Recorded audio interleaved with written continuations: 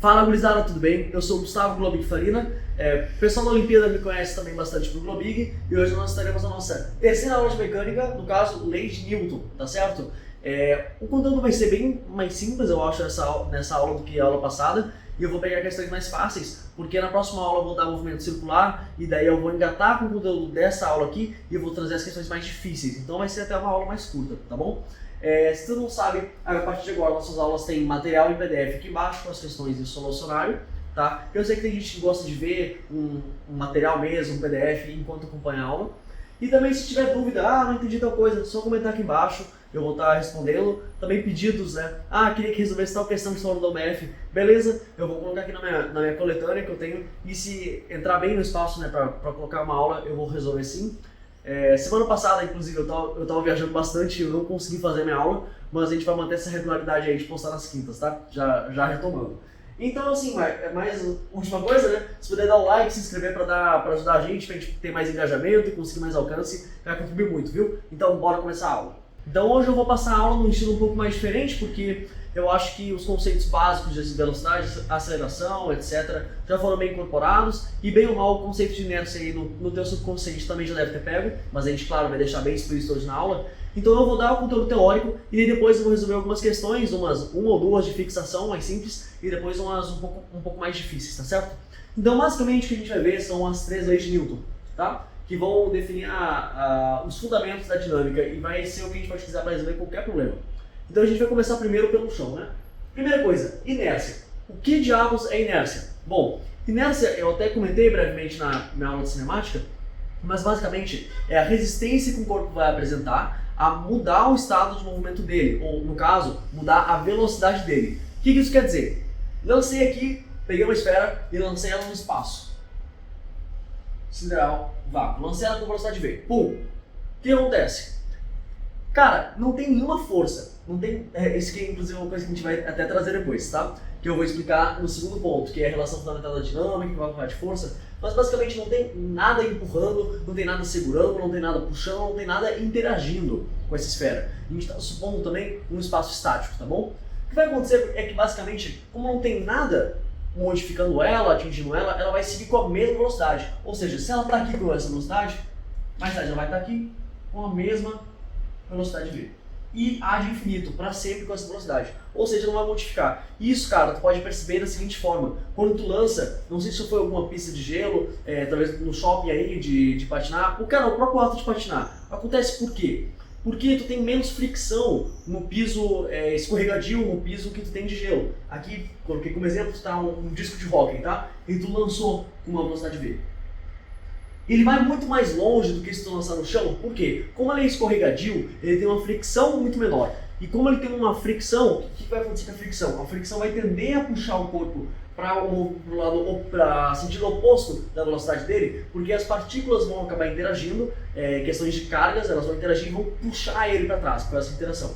Só que acontece é que o gelo ele tem um atrito muito pequeno, e a gente pode até tentar supor um gelo ideal, né, de atrito. Esse que é o coeficiente de atrito que se utiliza muito em questões de dinâmica, com um atrito igual, um coeficiente de atrito igual a zero. Um caso muito ideal. O que vai acontecer é que quando tu lança, ele vai muito mais longe, porque ele perde muito menos velocidade. É assim que as pessoas patinam. Então, se tu lançar esse disco e supor um coeficiente de atrito zero, ele poderia ir teoricamente até o infinito. Por quê? Porque não tem nenhuma força aplicando. E esse exemplo é muito interessante, porque obviamente não existe uma pista de gelo ideal, uma pista de gelo de coeficiente de atrito zero, perfeitamente lisa, sem nenhuma interação de carga, não existe esse tipo de coisa. O que vai acontecer é que existe necessariamente atrito. O que acontece? Ele vai começar com uma velocidade V, em algum momento, desculpe, eu vi que não tem espaço aqui para desenhar, mas em algum momento esse disco vai ter que parar, com velocidade final igual a zero. Ele vai acabar parando, é assim que as coisas funcionam. Tu lança uma coisa no chão e ela para em algum momento de se movimentar. Portanto, o que vai acontecer? Por que a velocidade dele mudou? E aqui que a gente vai agora para a segunda parte. A velocidade dele mudou porque ele sofreu uma força. E qual é a relação que a gente utiliza para definir a força? A gente pode utilizar que F é igual a MA. Eu vou deixar mais grande, maior, desculpe, para deixar mais explícito. Tá bom? F igual a MA. Pode ser Azinho, pode ser Azão, depende aí como tu quiser escrever. Desde que tu entenda que A é a aceleração e M é a massa, tá bom? Essa relação aí tu vai usar para praticamente qualquer questão de dinâmica e mata já um monte de coisa, já acaba por aí. Porque o que acontece, né? Quando a gente vai querer descrever algo de empurrar, algo de puxar, algo de agarrar, a gente vai querer definir isso aí com força, para poder trabalhar matematicamente. Só conceitos teóricos não vão levar a gente muito longe. E a gente vai definir matematicamente que a força é exatamente igual ao produto da massa vezes a aceleração. E onde que isso aqui entra quantitativamente com a inércia? Pelo seguinte fato, pensa só em empurrar uma pedra gigantesca pesada, muito grande, de massa de emisão. Emisão querendo dizer grandão. E agora pensa em empurrar uma pedrinha de maçaneira. É fácil ver que é mais fácil empurrar a pedrinha do que a pedrona. Por quê? Porque quanto maior a massa do objeto, maior é a resistência que ele apresenta a mudar o movimento dele. Então a gente pode dizer que a força necessária para acelerar um objeto a dois objetos a uma mesma aceleração tem que ser muito maior para o mzão do que para o mzinho. Então a gente vai definir que força é diretamente proporcional à massa do objeto. Tá certo? É M para qualquer massa. Isso aqui é uma relação de proporcionalidade. Só que por outro lado, vamos pensar aqui, ó. A pedrona, ela vai estar com uma velocidade inicial zero nos dois casos, tá? Eu vou até apagar esse cara, velocidade inicial igual a zero. E agora pensa aqui, tu empurrar ela para deixar ela com uma velocidade pequena e se mover um pouquinho, é algo que dá bastante trabalho. Mas pensa, mover ela um monte, fazer algo tipo filme de super-herói, tipo o Hulk tacando um carro longe, com uma velocidade muito grande. Tem que ter uma força muito maior. A força tem que ser realmente muito maior, porque senão tu não vai conseguir, tu não tem, por exemplo, o ser humano, de maneira geral, não vai conseguir atacar um carro com muita força, porque um carro com muita velocidade, porque ele não vai conseguir acelerar o carro tão rápido, porque ele não tem tanta força. Então a gente pode definir também que a força é diretamente proporcional à aceleração ao qual se submete o corpo. E daí, cara, agora feijão com arroz, é só perceber que F vai ser igual a MA. Ah, mas será que não tem algum fator numérico, não poderia ter alguma coisa assim? Matematicamente, a gente vai definir assim direto. Até por questões de análise dimensional, vai se colocar que as dimensões da força vão ser as mesmas da massa e da aceleração. Porque não tem nenhum outro fator, pelo menos significantemente para os problemas que a gente está tratando aqui, nível ensino médio, não vai ter nenhum outro fator que vai entrar aqui na força que vai interferir tanto assim, além da massa e aceleração. São esses caras que vão definir a força. Por isso, é daí que vem F igual a MA. Assim, né, não é uma demonstração de fato, mas eu estou tentando trazer o conceito e mostrar que ele faz sentido, né? Demonstração mesmo seria muito complicado de trazer aqui. Mas eu acho que faz bastante sentido essa explicação, e se quiser ver um pouco mais, eu recomendaria o livro de física, Física Conceitual, que foi daí que eu tirei essa analogia. E daí por último, cara, a gente vai vir agora para a parte de ação e reação, que eu acho que é um conceito, às vezes pode parecer mais complicado, mas na real é bem fácil de ver na vida real. Porque olha só, eu estou empurrando aqui a parede com força. Por que a minha mão não atravessa a parede e não vai, sei lá, só segue em frente? Porque existe alguma força que está impedindo a aceleração que eu estou submetendo a minha mão, tá certo? Então o que vai acontecer? Eu estou empurrando a parede, né? Vou desenhar aqui, vou desenhar muito mal, tá? Uma mão aqui, foi mal, eu desenhei muito mal. Está empurrando a parede, né? Aqui está a nossa parede, com uma força F. Então automaticamente, como eu estou empurrando, acelerou minha mão com essa força F, tem uma força normal que a parede está aplicando na minha mão que está impedindo ela de se mover. Entendeu? Essa relação, a minha força que eu estou aplicando e a força que a parede está aplicando, é uma ação e uma reação. Quando, por exemplo, tu pode talvez ter visto um filme, tem um astronauta aqui no meio do espaço, ele está aqui, eu vou ficar aqui do outro lado, então acho que fica melhor, tá? Um astronauta, ele está aqui vagando no espaço. O que ele pode fazer para salvar? Ele tem uma ferramenta,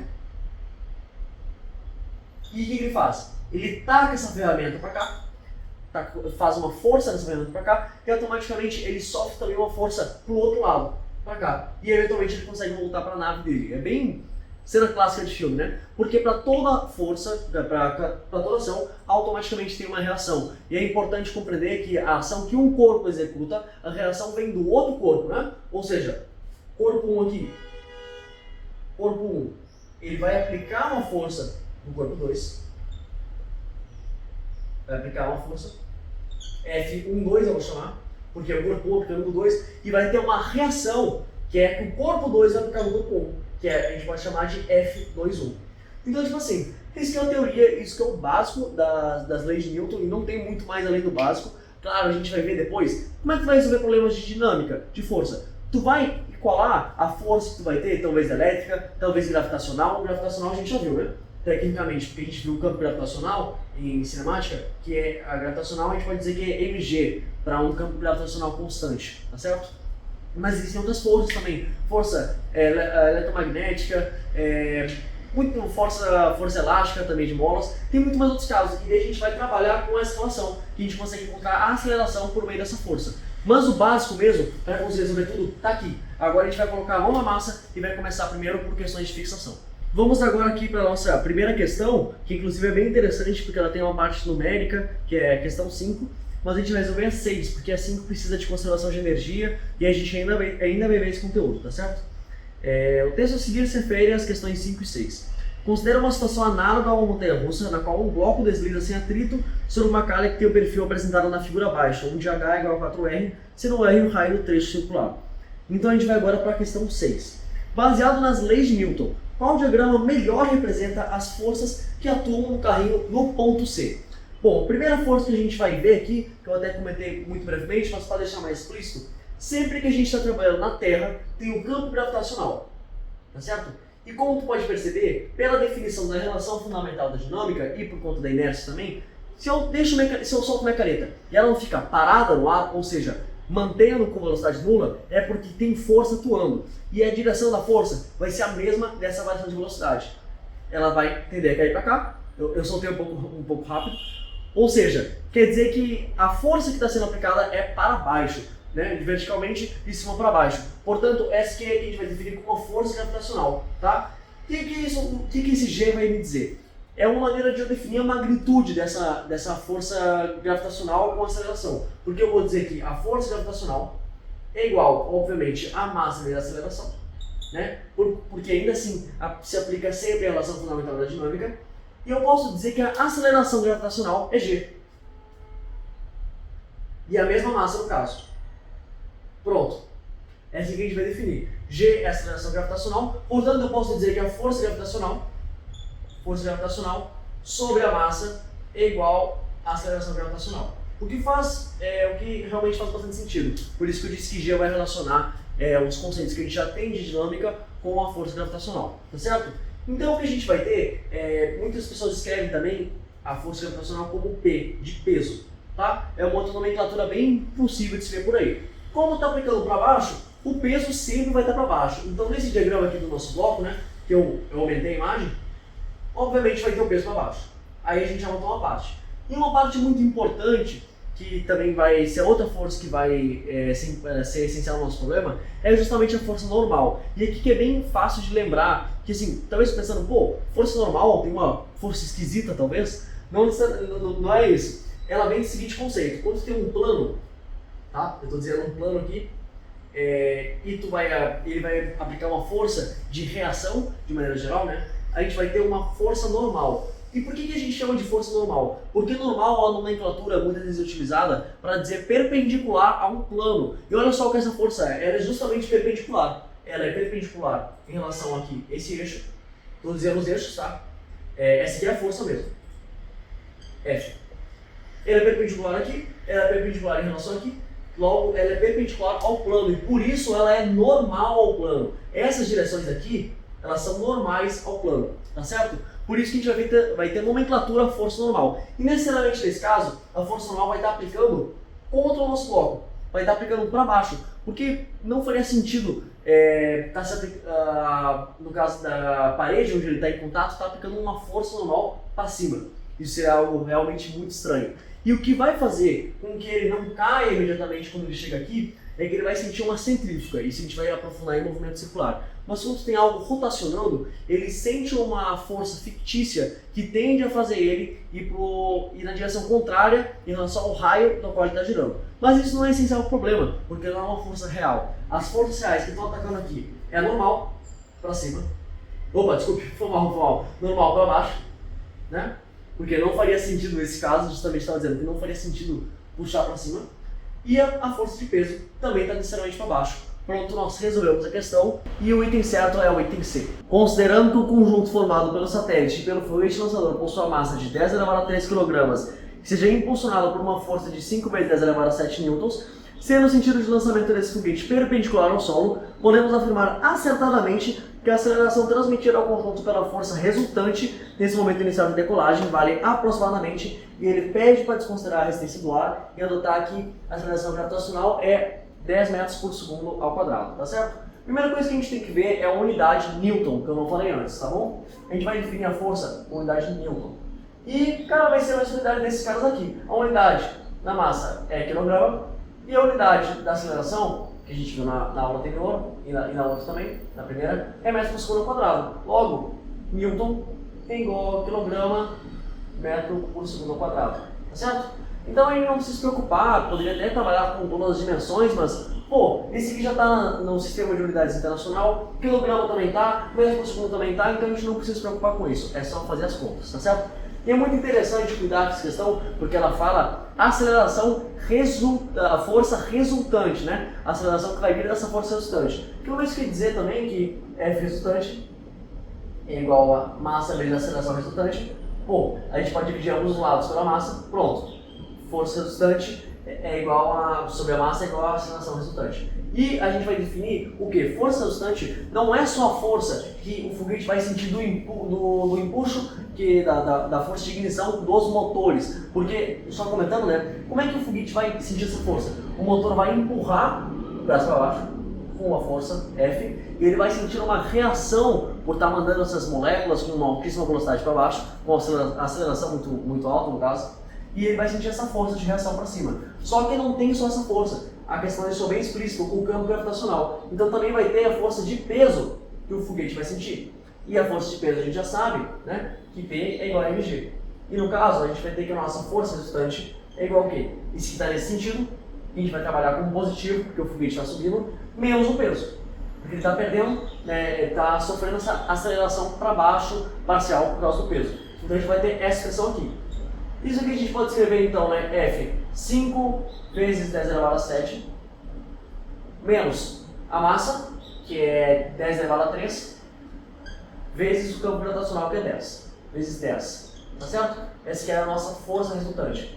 E daí a gente vai dividir pela massa para obter a aceleração resultante, vai dividir isso aqui pela massa, e a massa é 10 elevado a 3. Bom, 10 elevado a 7 vai cortar aqui, vai ficar 10 elevado a 4, vai cortar aqui, vai ficar só o 10. Portanto, a aceleração resultante é igual a 5 vezes 10 elevado a 4 menos 10. A gente pode cercar o 10 aqui, né? Vai dar 5 vezes 10 elevado a 3 menos 1. 5 vezes 10 elevado a 3 é 5.000 menos 1, isso vai dar o mesmo que 4.999 vezes 10, né? 49.990 metros por segundo ao quadrado. Isso que a gente pode colocar, no caso, para quilômetros por segundo ao quadrado, vai tirar o 1000 desse cara, portanto, a aceleração resultante vai ser igual justamente a 49,99 quilômetros por segundo ao quadrado. A gente vai ter que a aceleração resultante final vai ser de 49,99 km por segundo ao quadrado, só que isso aqui, cara, é muito próximo de 50, inclusive a gente nem precisava ter colocado o campo gravitacional, porque a força do peso é tão pequena em relação à força que os motores vão estar aplicando no foguete, que assim é praticamente desprezível, e vai dar exatamente 50 km por segundo ao quadrado. E este é o item correto, né? Que fala 50 km por segundo ao quadrado. Então, para resolver essa questão, a gente tem que saber conceitos importantes de fios, como é que eles se comportam. E como a própria questão falou, é um fio inextensível, ou seja, a gente não vai estar podendo diminuir ele de tamanho e ficar empurrando, nem puxar, ele não é elástico, ele não tem esse comportamento. Portanto, isso simplifica já bastante os nossos problemas. A gente pode trabalhar já, só mostrando como é que vai se comportar esse fio. Eu tenho um fio aqui, começo aqui, e ele é assim, tá? O fio vem, deixa mais grosso o fio. E daí esse fio vai todo se mover para cá. Esse ponto vai para cá, aqui, ele vai se mover isso aqui, esse deslocamento, e vai dar para cá. Todos os pontos que deslocaram esse deslocamento delta x. né? Porque esse aqui se fez com isso aqui, e esse aqui também se fez com isso aqui. Eu sei que visualmente não tá, mas o Δx é para ser igual. O que acontece? Como todos se deslocaram a mesma quantidade, no intervalo de tempo, eles também vão deslocar essa mesma quantidade. Ou seja, é mesmo que dizer que todos os pontos no fio têm a mesma velocidade. E quando muda a velocidade, também a gente vai ter a mesma aceleração. As propriedades desses pontos são todas iguais. Eles só estão em lugares diferentes, mas as variações de posição são todas iguais. Então todo esse fio está acelerado da mesma forma. Isso é mesmo que dizer que esse ponto está com a mesma aceleração que esse ponto, nesse sentido que o fio está percorrendo. Certo? Então Mzão vai estar com a mesma aceleração de Mzinho. O que a gente vai analisar? A gente vai analisar agora as forças. O que está acontecendo? O fio ele vai puxar as massas com uma força de tração, tá certo? Isso vai ser um comportamento bem importante de fios. Aqui ele vai estar puxando M com uma força de tração, nesse sentido, e ele vai estar puxando M com essa força aqui. É assim que a tração funciona, ela vai puxando. E a tração é a mesma em todos os pontos, porque se ela não fosse, olha só o que acontece. Esse ponto aqui está com uma tração puxada para cá, e está com uma tração puxada para cá. Se o T1 é diferente do T2, a gente teria um ponto dentro do fio com uma aceleração diferente dos demais pontos, o que é absurdo, porque todos eles têm a mesma aceleração, é a própria descrição do fio. Portanto, a tensão ela é constante no fio, é a mesma tensão, tá certo? E a gente pode organizar agora as equações dinâmicas que a gente vai ter. A força resultante para esse cara e a força resultante para esse cara. E é importante observar que esse cara aqui, a gente vai ter o peso para cá, embaixo, o P de emisão, e a gente vai ter a normal em cima. Isso aqui está completamente perpendicular ao fio, que está aqui alinhado à superfície. Portanto, não vai interferir em nada na nossa questão, porque já foi dito que não tem atrito. E a gente pode modelar, quando tem atrito, né, que a força de atrito, eu comentei vagamente, vai ser aplicada no sentido contrário à velocidade, é igual a μ vezes a força normal que esse cara aplica. Então, se tivesse um atrito, seria aplicado um μn nesse sentido. Só que a própria questão diz que não tem, então a gente não precisa se preocupar com isso, tá? A gente vai ter o seguinte... a gente vai ter o peso aqui, a normal não importa, vou organizar as equações para cada um, tá certo? Deixa eu mover para cá que acho que fica melhor. Esse cara aqui vai estar sofrendo só tensão, só atração de força de aceleração. Portanto, T é igual a MA. Lembre-se que a aceleração, tanto do Mzão quanto do Mzinho, é a mesma por propriedade de fio. E nesse cara aqui, ele vai estar caindo para baixo, né? Porque o fio está nesse sentido. Portanto, a gente vai adotar o sentido de mg, ou seja, o peso, força gravitacional, menos a tração, que está no sentido contrário. Vai ser igual a mzinho vezes A. O que a gente vai ter, então, portanto? A questão ela quer que a gente encontre a tração, tá certo? E a gente vai encontrar a tração da seguinte forma, a gente tem que só isolar esse sistema. De alguma maneira, dividir esse lado por mzão e dividir esse aqui por mzinho. A gente vai ter A dos dois lados e a gente pode equalizar, a gente vai colocar que essas duas equações são iguais e a gente consegue isolar o T. Olha só como a gente vai fazer. Vai colocar T sobre mzão é igual a A e vai dividir também aqui também. Vai dar mg menos T sobre M. Bom, isso aqui, mzinho vezes g sobre mzinho, obviamente vai cortar, vai ficar só g aceleração. Aqui, pronto. Essa é a relação que a gente tem. Agora, é só isolar T. Isso aqui é mamão com açúcar, né? Eu vou jogar para cá, para resolver a questão. Eu vou ter que T sobre mzão mais T sobre mzinho é igual a aceleração gravitacional, ou seja, m mais m sobre m, T é igual a aceleração gravitacional, e portanto, dessa relação, a gente vai ter aqui, finalmente, mzão, mzinho sobre m mais mzinho mais mzão, pronto, vezes g é igual a tensão. Isso aqui dimensionalmente faz bastante sentido, porque essa é a aceleração, está multiplicando por massa quadrado aqui, e aqui massa na 1, então vai ficar massa vezes aceleração é igual a força, certo? Isso faz bastante sentido. E agora a gente vai tirar isso matematicamente, né? Porque a questão ela deu pra gente que mzão, opa, borrou um pouco, mzão é igual a 2,0 kg, e mzinho é igual a 0,5 kg, e a gente vai utilizar aqui a aceleração gravitacional 10 metros por segundo ao quadrado, tá? Porque é a notação comum. Logo a gente vai ter aqui, né?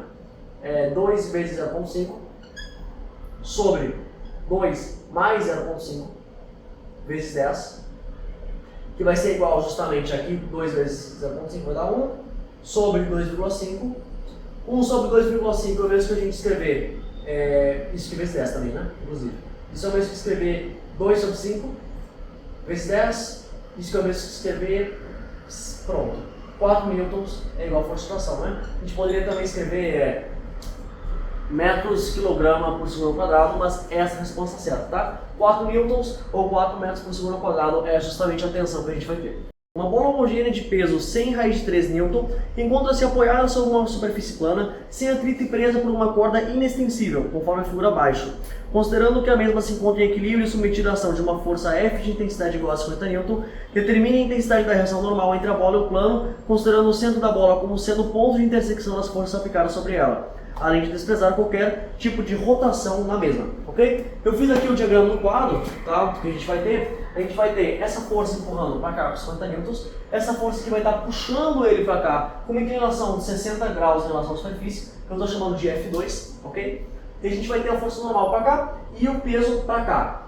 O que vai acontecer? Ele está em equilíbrio. Como ele está em equilíbrio, quer dizer que as forças nesse sentido, a força resultante nesse sentido é nula e a força resultante nesse sentido também é nula. Então a gente pode decompor esse F2 aqui, né? Ele está aqui, F2 em relação à superfície, 60 graus.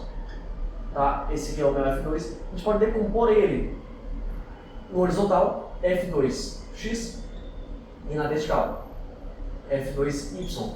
E o F2 horizontal vai ter que ser igual ao F1, porque senão a gente teria um problema muito grande. Isso aqui a gente pode resolver por trigonometria. A gente pode utilizar a trigonometria sempre para decompor as forças. Então aqui vai ser 60 graus, né, ao todo. Aqui é o modo total. Então, quando eu tenho um triângulo desse tipo de característica aqui, né, que aqui é retângulo, aqui é retângulo, aqui eu tenho 60 graus. Eu sei que não parece, tá, mas aqui é 60 graus e aqui é 30 graus. No caso está muito mais para como se tivesse aqui 30 que 60, mas essa é a ideia, tá certo? Eu tenho aqui o meu F2. Eu posso dizer que esse lado aqui é o mesmo que F2 vezes o cosseno de 60. Cosseno de 60. Cosseno de 60 ele é conhecido e ele é 1 sobre 2. Tá certo? É 1 meio. E aqui a gente vai ter justamente raiz de 3 sobre 2 F2, que é o seno de 60. Ok? Então a gente vai ter aqui, a gente pode substituir esse cara por, para cá, 1 sobre raiz de 3 sobre 2 F2. E para cá, 1 sobre 2, F2. E para ter esse equilíbrio aqui na horizontal, necessariamente a gente vai ter então que 1 sobre 2, F2 é igual a 50 Newton. Claro, a gente vai ter então que F2 é igual a 100 Newton. Bom, já matamos uma boa parte do problema. A força que a bola vai estar puxando ele é 100 Newton.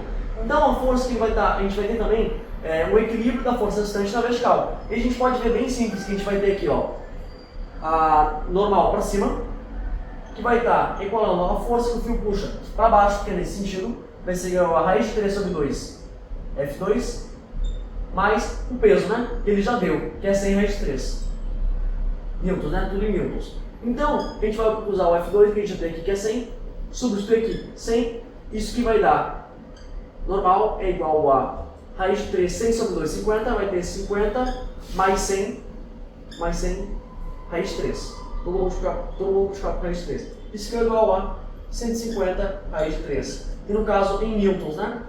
Portanto, o item correto vai ser que a força normal é igual a 150 raiz de 3 newtons. Então é isso, pessoal. A aula de hoje era para ser mais curtinha mesmo.